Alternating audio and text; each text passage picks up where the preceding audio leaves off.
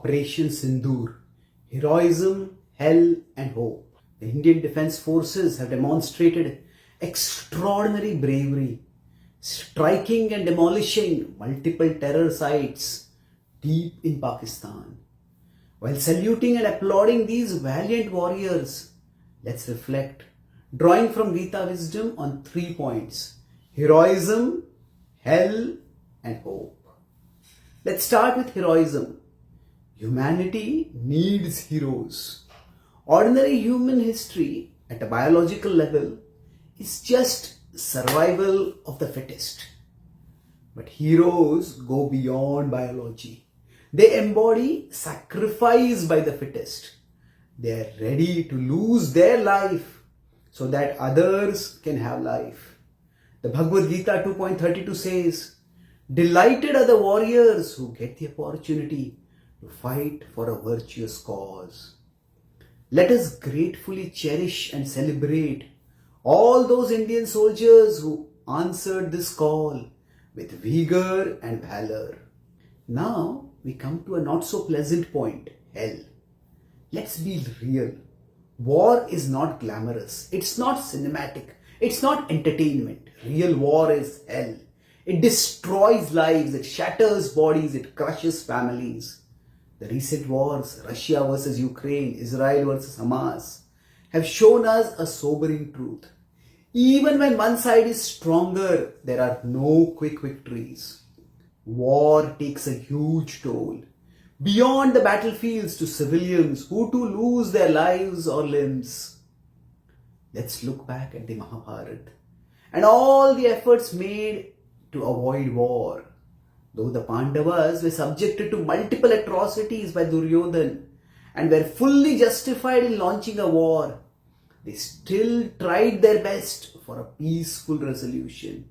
Krishna himself went as a peace ambassador and offered terms more accommodating than anyone would expect.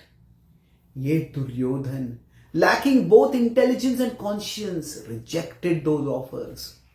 And in doing so, he made war inevitable. The resulting war was still hell, but it was a hell necessary to prevent a far worse hell that Duryodhana would have brought onto the world. Unfortunately today, Pakistan has put itself in Duryodhana's position. He defined his very existence by his obsession with destroying the Pandavas. Similarly, Pakistan, or at least its military leadership, has made hatred for India and the dream of India's destruction the very reason for its existence. The ethnic cleansing of Kashmiri Hindus and the recent targeted killing of Hindus at Pahalgam show the kind of hell that radicalism will bring if it is not stopped. Even if stopping it requires going through another kind of hell, the lesser hell of war. Is a Kurukshetra-like war inevitable today?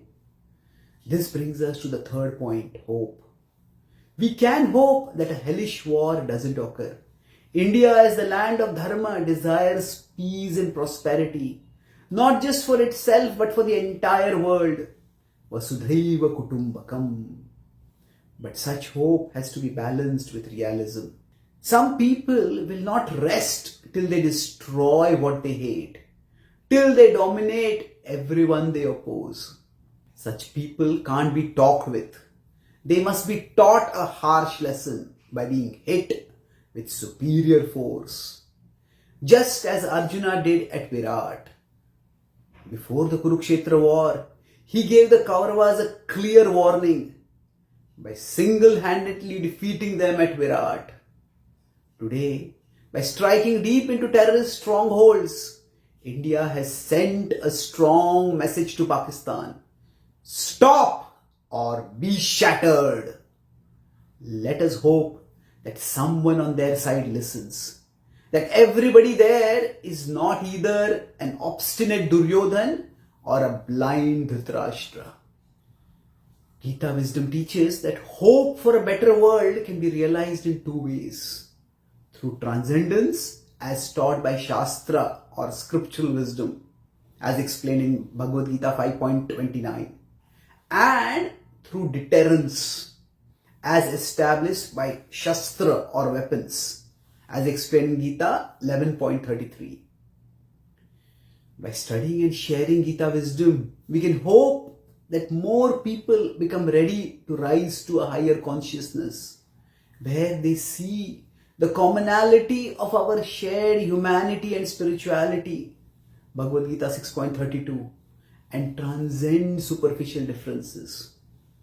But for those who insist on staying stuck in lower consciousness, who buy into radical ideologies and give in to self-serving mentalities, who believe that their existence is meant to eradicate others' existence, force is necessary to stop them in their tracks. Not in the vain hope that they will change their heart, but in the hope that they will care for their head. Will ideology listen to rationality? Time will tell. Let us pray for and support those who take up the difficult task of protecting peace, because sometimes heroes must walk through hell to give hope a chance.